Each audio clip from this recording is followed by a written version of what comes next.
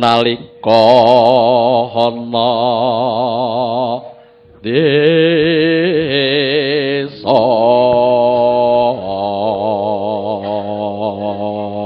wah hartana dilalap Mas Purba iso hebat tenan tega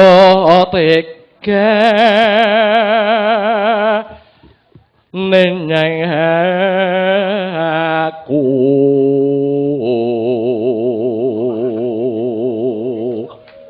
jan elok tenan elok mbok yo eling dek mono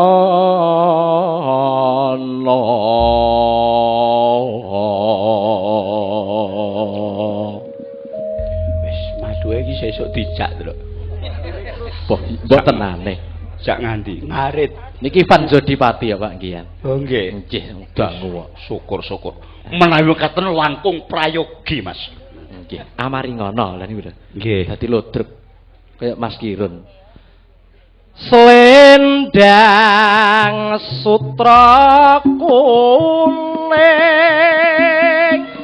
tandha mata kang diwenehake nalika pepisahan kowe janji orang lalekake wis meh setahun kowe mikirake kowe ati kusumelang ning kono kowe piye kabare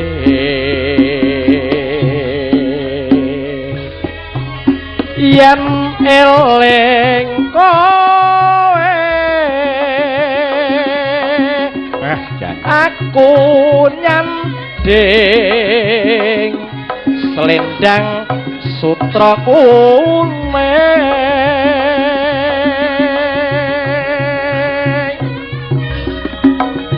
mong sing tak puji moga sliramu enggal bali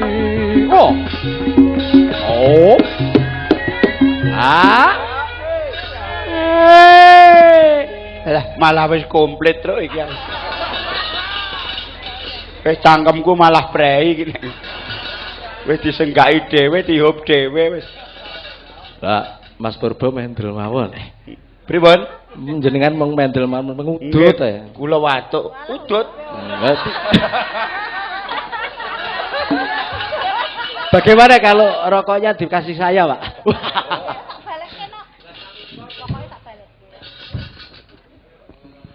ya wis aku udut kok lho iki kebal kebul ngantek kemutut nggih suarane ngati Pak nggih ri nolahan wangi manut nang bangsa sing tak impi-impi yen to aku lara selendang sutra kuning dadi to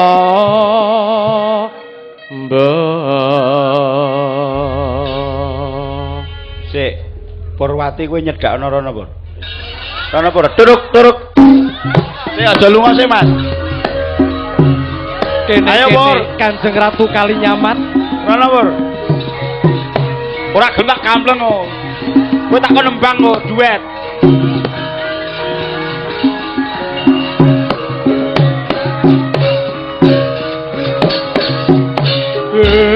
ayo yo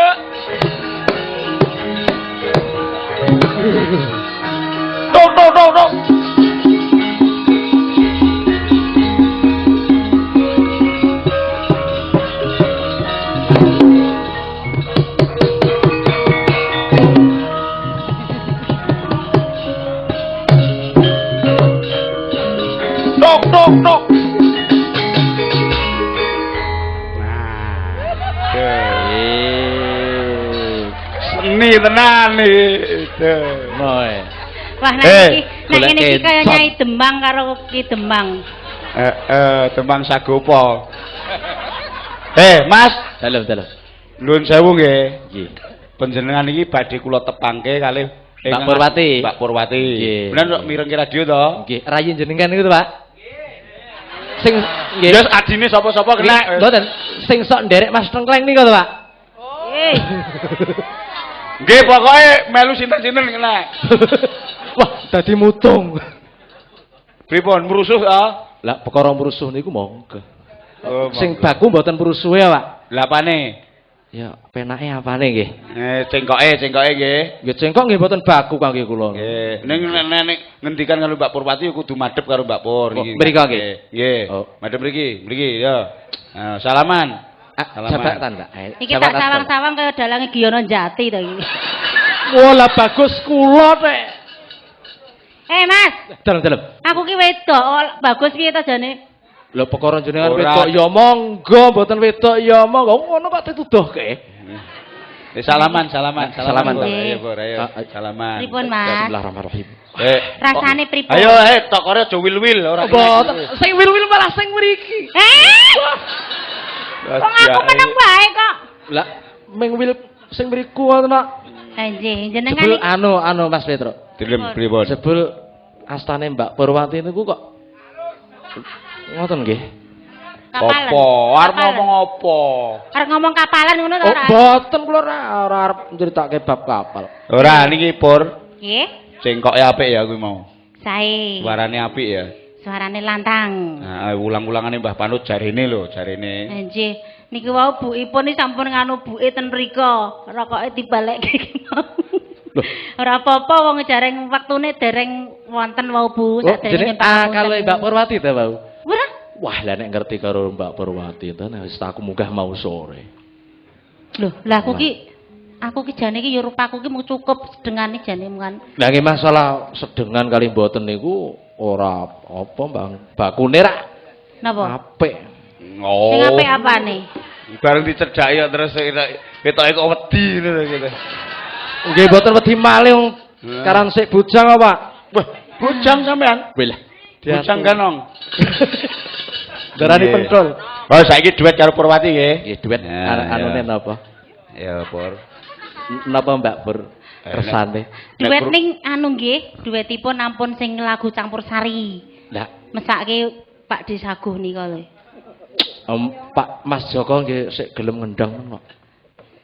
Dek ngerti nek sing ngendang Joko. Lho ngerti jenengan sing matur. Ya ngerti. Jenengan sing kandha ben bengi kok. Iya. Nggih. Pelok. Iki anu wae. Pelok Pur bawani Pur. Napa? Dibawani pelok. Kangen bawa kangen ya, Mas? Heeh. Jenengan. Ayo napa kowe? Lho lah iya. Iki padha.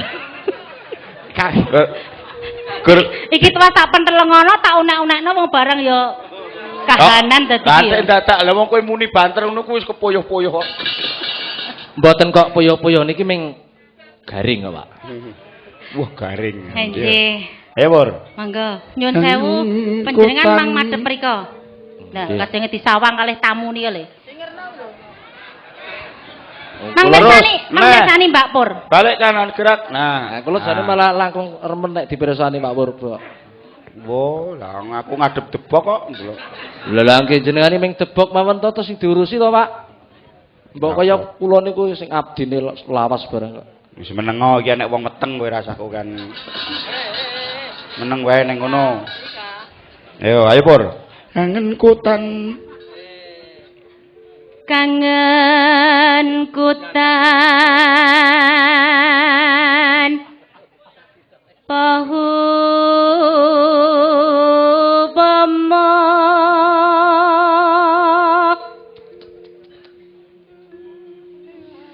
mong sliramu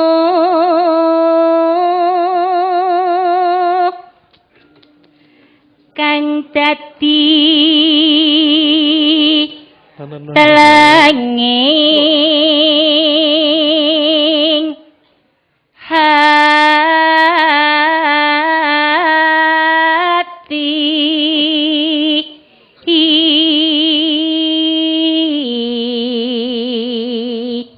ngeten niku utang kula dadi lali Mbak Pur ngeten iki.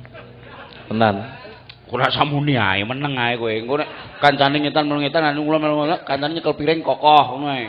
Belas Ora apa-apa. belas ora apa-apa. Musung Purwati wong ngantek pedhot gegermu kowe. Ya gedhe kono ya, Pak.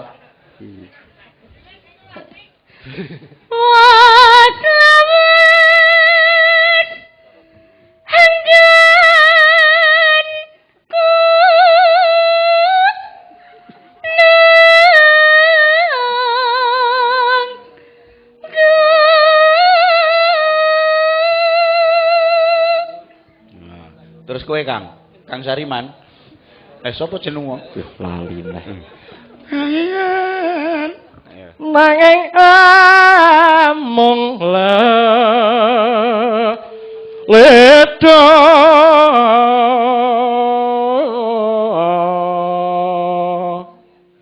Persis mul wis. Plek.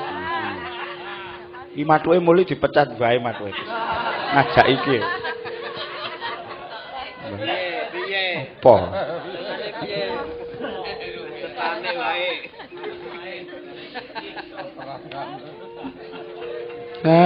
Nonane ayo Mas. Ngelingono rikala dina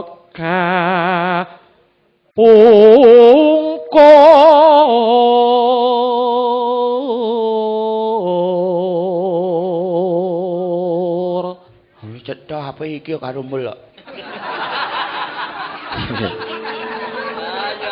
Ter ketoke ringan iki.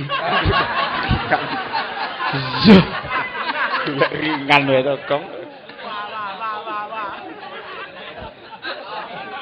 Ayo Por, kowe Por. Seliramu Malah kok nuntun Banti malah sprek ora. Oh, Mas Dadi mriki ta?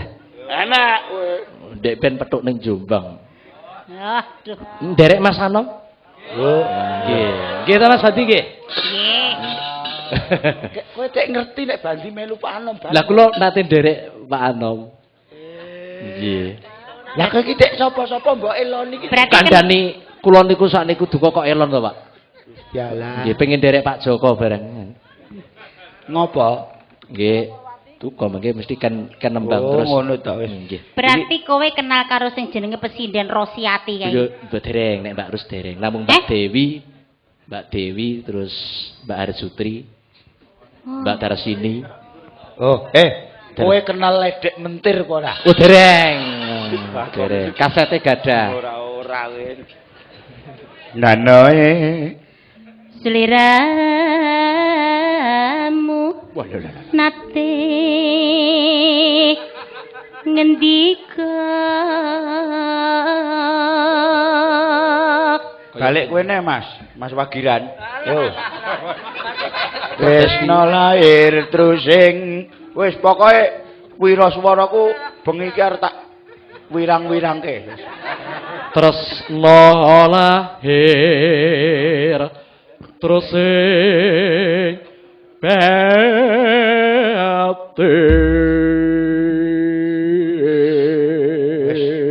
Cetha iki klebu Mayangkara klebu terus iki.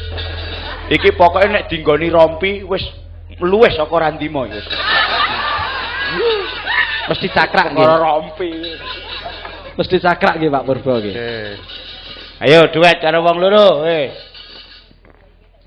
pitung sasi lawasi kanggo ngenteni mong sliramu wong bagus kang setiati rina iki mong taresa tak impi-impi jroning ngati kangenku setengah mati senang kula ya masya sojali ngeling ana rikala zaman semono seliramu janji aku setia ing janji lahir batin sing ati kangen wong kangen ngene rasane rindu wong takut kowe tak tunggu ya kangen apa tampane rindu tampane kudu ketemu Lole.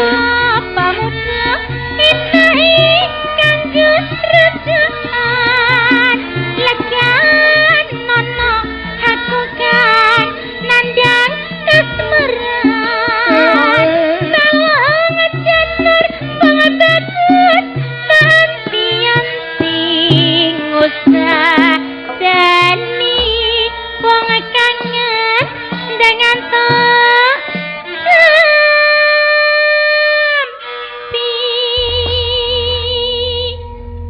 Piye Mas? Upamane kados pundi sampe nek sik bujang. nggih Mongko Purwati ki rondo. wah mboten wani Pak mboten wani regane Jare kowe duwe pitik loro. malah banyak Pak Purwati mbok tuku aku pitik loro gelem. Piye? ning rada gering niku pitike Ora apa-apa pitik gering elehmu nyolong ora. wong niku malah kula sing nyuwun kok Nggih. nyuwun Mas Indung Nggih. Mas Indung sapa? putrane Mas Purba lho nggih mboten kok Iki nek wong ora sak mbaene lho. Tek ngerti anakku lanang bareng kowe iki. Sik, Oh. nek jenengan nek kowe iki ngerti putrane Mas Purba, putrane Pak Ngerti Purba sapa-sapa iki iku? anu jumlahe pira? wah nek masuk bab jumlah malah mboten kena Putrane pira? mboten kena an pinten Pak 3 napa kali Oh, ora usah takon-takon aku kowe. Nek kowe pancen ngerti anake sapa-sapa, sing enong asmane sapa? wah ngapunten Ora ngerti? mboten Nah, kuwi duwe gabel. Kira ning omah. Ya. oh ngoten Wong ngarani sapa-sapa yang ngerti. Nah, nggih matur nuwun ya, Mas. nggih Nggih. Matur nuwun nggih, Mas. Bakon salaman karo Mbak Purwati. nggih ning dereng salaman kali Pak Purba Nggo niki rokoke wau dikantongi meleh. Nggih. Eh, Sik Pur kuwi njaluk salaman karo aku ya mesake wis. Nggih. Ngene. Mriki Mas salaman mriki men dituntun karo kene tak tuntun, Mas. Purwati. Nah, kene. Ah, ya Kang praktek. repara ganing gunung Sang Yopur lenggah panganten tumunten badhe manjing wonten ing sasana mantenipun putri kados Bathari Komoratih ingkang kakung kados Komo Salah. Ya, iki salaman ya, nggo sangu. Nggih, Jipinuji. Puji pinuji, mugi-mugi rahayu, selamat boten wonten setunggal menapa nggih. Nggih, salaman karo Mbak Purwati. Ke para aja di anu gegeblak kok. Nah, salaman Mbak Purwati. Nggih. Kula nyuwun pamit. Kula sampun kantuk sangu. Kula tampi nikah sampean.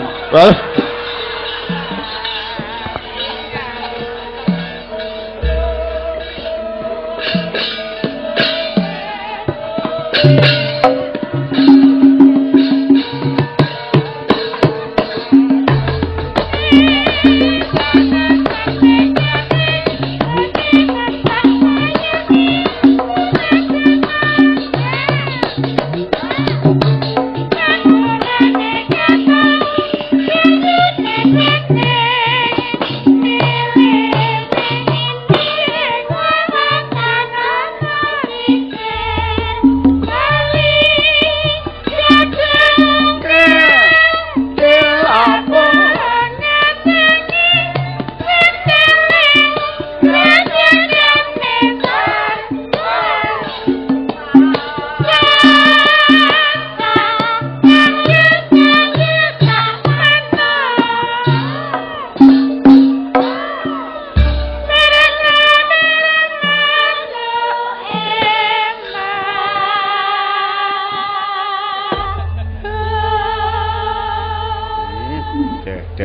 Manuke wis mabur, Reng. Iya, wah. Iki sing jenengane Bu Yayu urung keduman. Oh, Bu Yayu. Nggih. Deh, iki sing piyayi nganjuk iki. Bu Yayu kuwi, kok piye kuwi nganjuk kuwi. Bu Yayu, mboten ketang namung sak kusuma gandane arum. Kita ngaturi, maringi nggih. Bu Yayu pun sak ikhlasipun. Apa pelok? Oh nggih, monggo. Nggih, matur nuwun.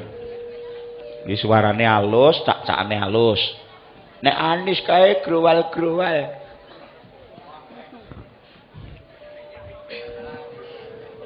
Mbak. Monggo.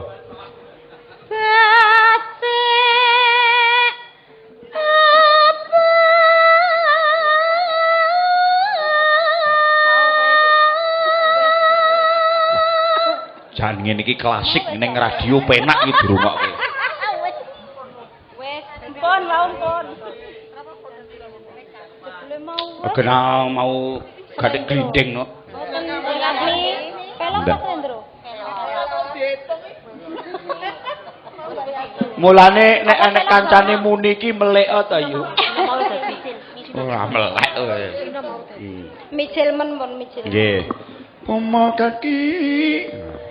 Ya. Lali.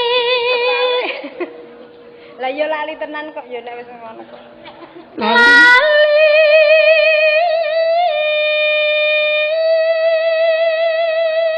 Ayo. Eling. Pindho, gatan bisa lali.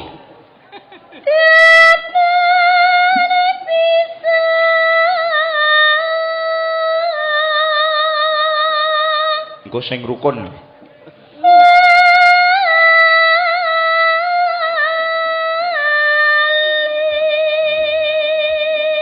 Satu, dua, tiga, ya. Ayo.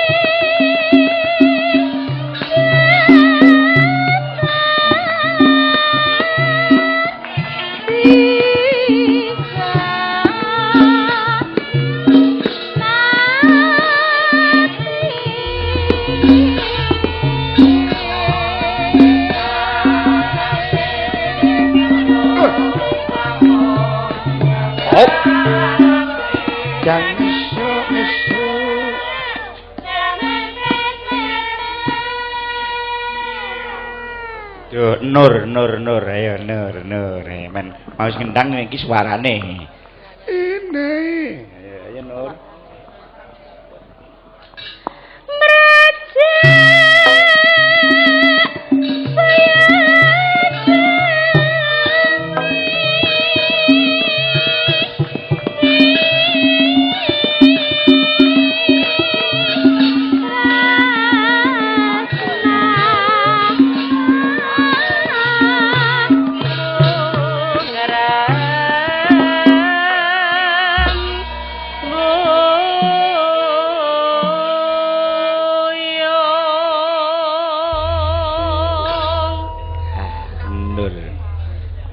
Mbok bojo kon nggih blas Bu mboten maringi. Oh alah. Ya mboten kersa ta Bu. Biasane iki esuk nyekar ngene iki kok. Iki isih ndandani sarira. Oh. Isih ndandani salirane supaya sekeca, ngono. Lah iya ya. Nek ngono kowe mundur rene. Kowe mundur rene. Wis. Enake karek sapa kok? Karek wong meteng. Arep mbok kapake, arep tak plotet bendang lahir kene. Yo, kene nyekelome kok. Yo mesake ngger. Gendale kroncalan kuwi mbok. Mun nek kira-kira wis kesel ya kuduna ya lho. Nggih. Aku dek ora mentolo nyawang kowe iki. Wetenge wis mlebrek kaya ngono kok ijik golek sandang pangan yo ngalah. Lah timbang teng omah. Timbang apa? Teng omah. Lah iya. Iya, wong ijik sekolah kok wis meteng iki piye kuwi mula bukane piye? Lah kebacuten kok. Ya wis mbok ler sak nggon-nggon ngono. Kapane to ya. Nah. Nembang ya, Pak. Nggih. Piye? Kabare nek cara kulonan piye? Kok kowe iso mlayu ngetan kuwi kok kulonan kono apa sepi? Nggih. Daerah Kebumen endi kowe ngambal? Nggih. Oh, cedake dalange Basuki. Nggih. Nah, ya kuwi kuwi dalang pitutur ya. Dalang pitutur. Ada ning dalange Pak Basuki, ning dalange Pak Tarko. Ya. Kulon ya lucu-lucu dalange kaya kiye. Melu ngetan. Eneng wong saka kulon iki jenenge Sabto. Oh, lek Sabto nika to? Oh, Sabto Sono. Lah niku tanggane kula.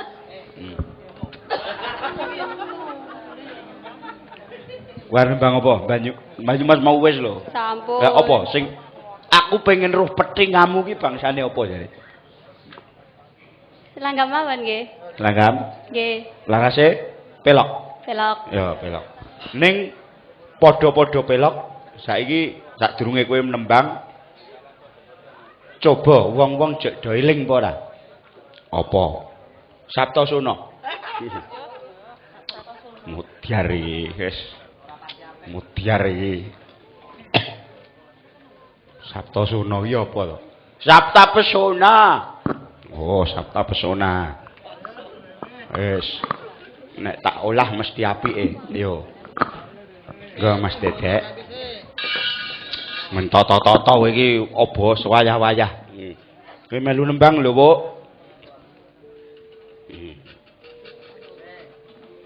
Sik apa? Aku selak watuk lho. Oh. Kok bandi kuwi jane engko nempi nempapat lupat.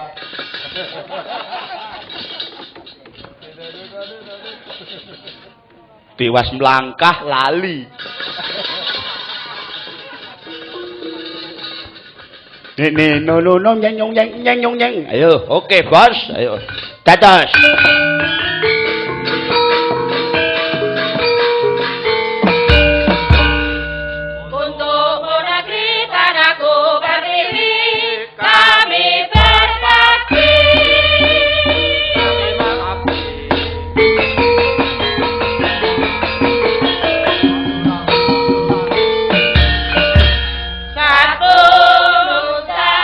Satu bangsa, satu dalam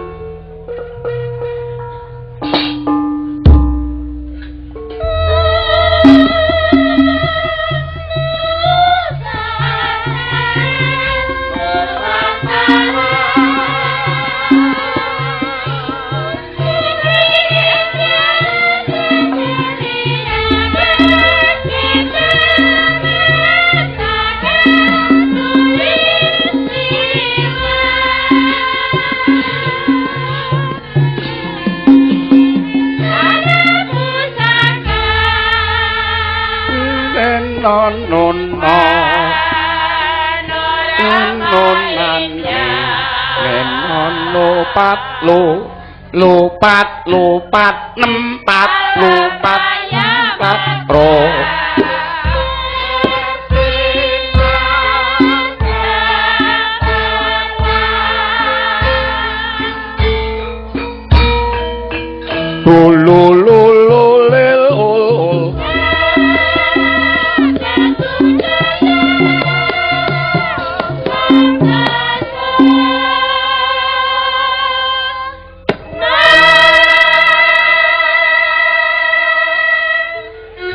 perilaku menyatu dalam hidup batin Pancasila.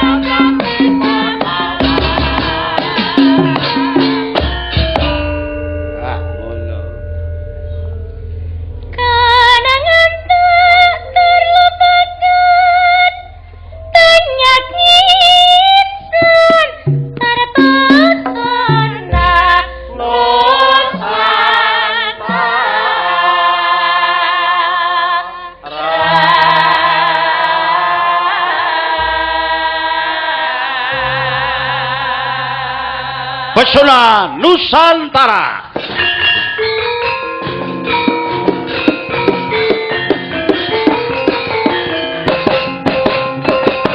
Pakai permata tiga tulis siwa panu pesona.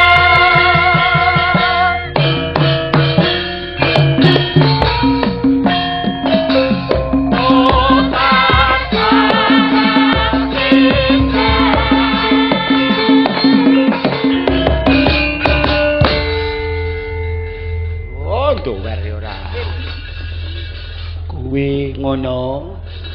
Oh, Sabto Sona. Pesona ya wae ora sona-sona wae. Matur.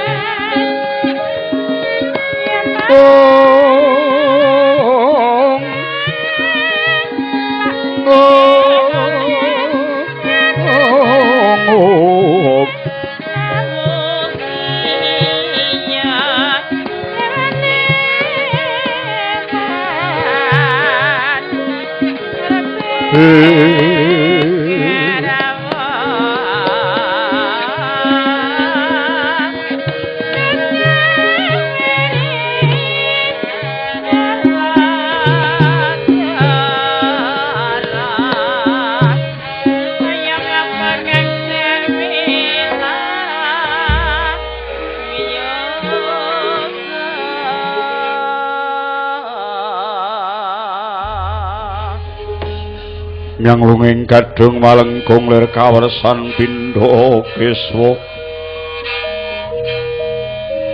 Pindha keswa lukar pangawening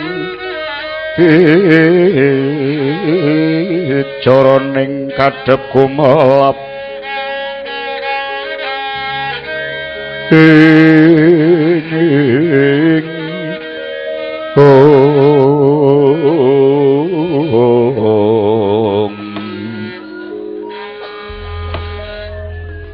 Rama Penemban Daya-daya kumaceluning manah ingkang putra kula pun sengken badhe ngupaya pasuwitan mring negari ingkang menika mugi bapa penemban tumunten anglilani lampah kula bapa nuninggih Rama penemban kula pun turunan ugi cumadung dawuh sabda tama sagedipun ingkang putra widadda ing samukawis anggen kula badhe ngupaya pangengeran Rama wilahing Mastuna Sidhem Kyai Semar kula wonten dawuh penemban aku tak meling karo anakku kembar sengkan lan turunan iki nggih suawi penemban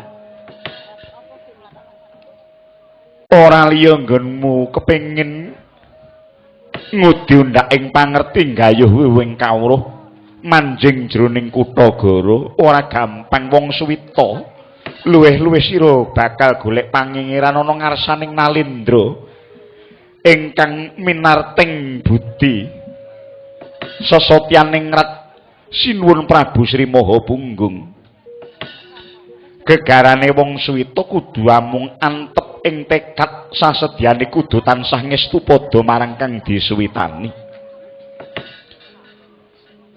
menapa paduka Rama penemban boten paring sifat kandel dhateng kula kenging kangge gegaran anggen kula kepengin ngabdi dhateng praja penemban nggih aja kulina njagakake marang sifat kandel merga ana tetembangan ingkang wis rinakit dening para pinter ingkang surasane kekeraning ilmu karang kekarangan saking bangsaning gaib iku boreh paminipun tan rumasuk ing jasad amonganing sajabaning daging iku yen kapengkok ing Pancabaya ubayane mbalenjani dadi cetane pun bapa ora bakal paring sifat kandel luwih-luwih wujuding jimat lan sarana nanging mung tak sangone kandeling tekad lan kapitayan waton teteken kanthi tekun bakal bisa kasembadan sedyamu sengkan lan sira turunan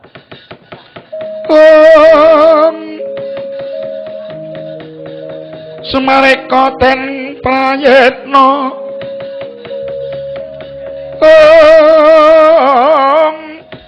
sumurire sikambali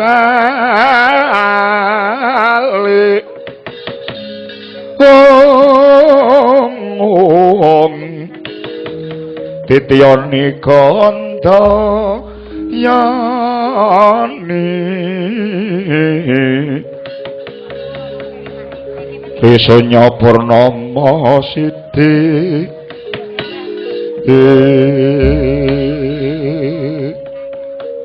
Kiai Badranaya kula penemban tutna laku jantrane anak lanang sakloron nggih ngestaken dawuh wondene syarat srana kudu memetri bangsaning para luhur rungokno ya nggih carane memetri leluhurmu iku ana 3 bab ingkang sepisan kembang telon iku mlati mawar lan kembang kantil dikumoning banyu sawadah gelas utawa wijian utawa bisa uga cowek angka 2 unjukan telon utawa wedang telon iku rupa teh pahit kopi pahit lawan wedang petak sawadah ing kono bakal bisa kagem srana nganggo wadah gelas lan cangkir kaping 3 ganten ingkang jangkep ganten iku tegese bangsaning suruh gambir lan sak panunggalane kawimbuhan apu utawa njet sawungkus saha rokok klobot sajudu iku aja nganti lali ing sak dalan-dalan lakumu mangya kembang cepaka mulya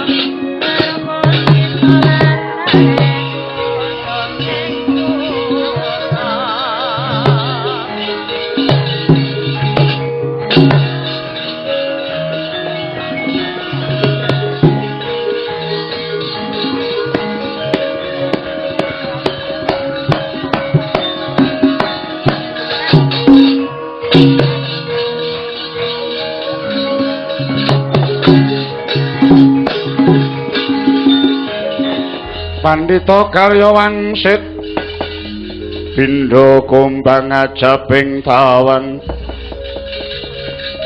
susuh angin ngendi nggone miyang kali ingkang kung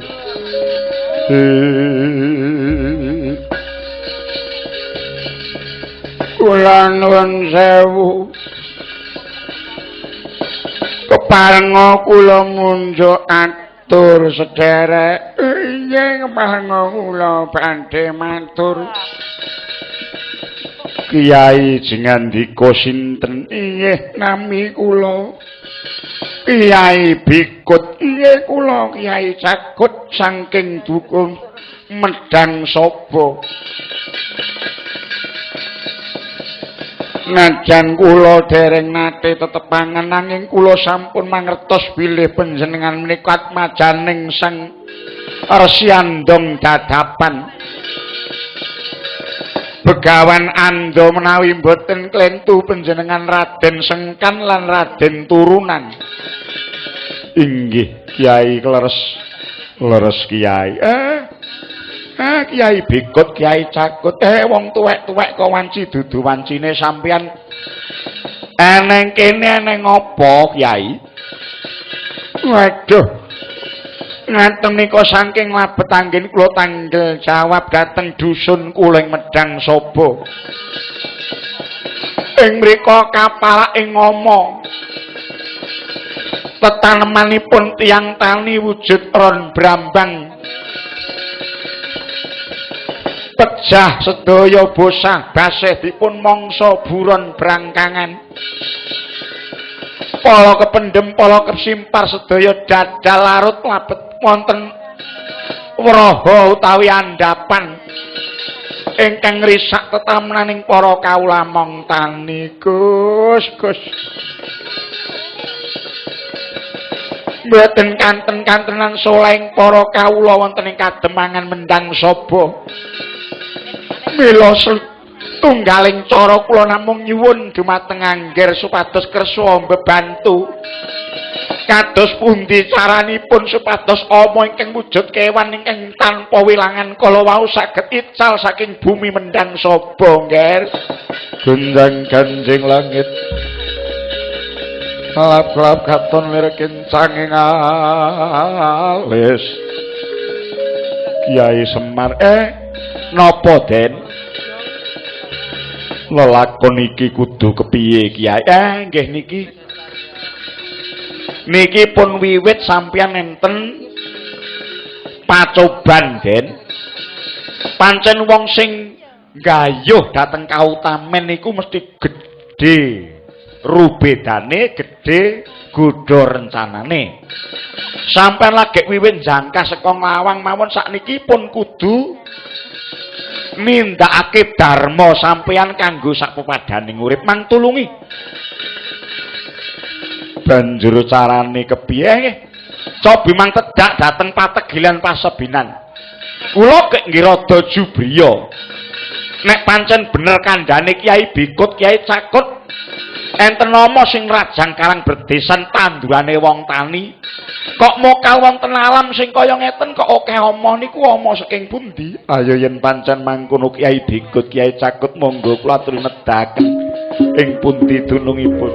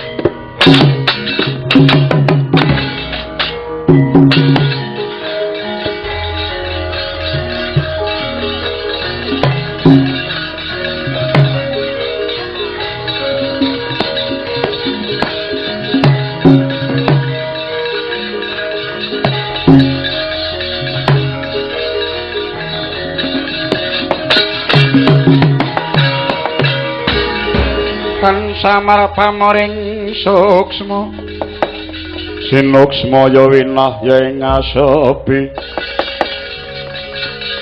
sinimpen telenging kabu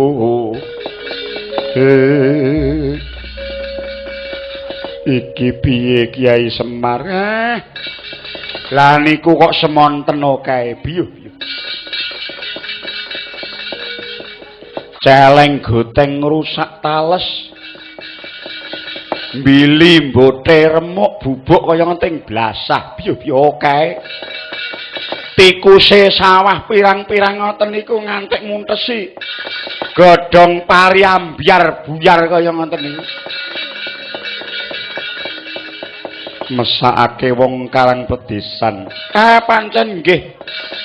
Wong tani niku jan pun boten bejaji pengasilane wadene sik dibleki regan sing kaya ngeten. Tandurane pangan ngomo, Den. Prayoganing laku kepiye aku ora bisa nyirep semono akeh. Ndrebolo kewane nganti ewon cacahe, Kyai. Ngeten mawon. Kula kok eling nek bapa sampeyan iku duwe kelangenan cantrik loro. Jenenge Wayungyang kalih Candramawa. Mangkono ya niku mawon Mang Celuk.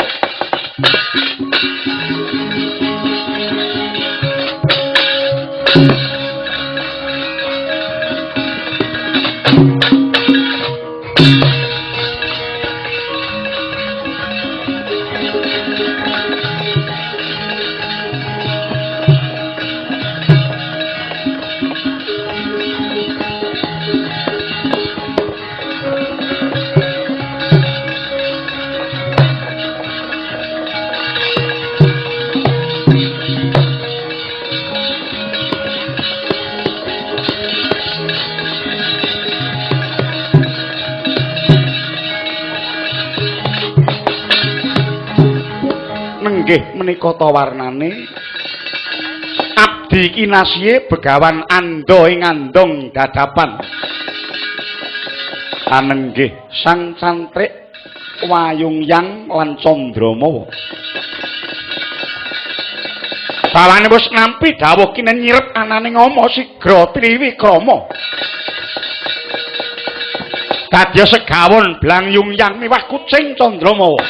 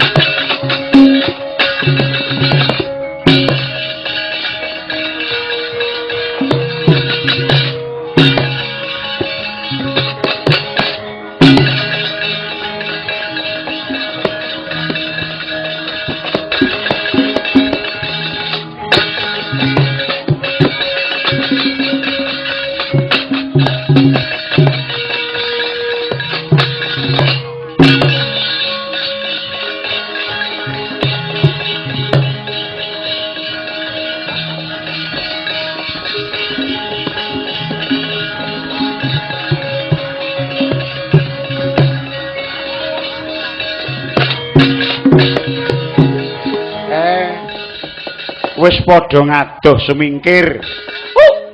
Rasah aku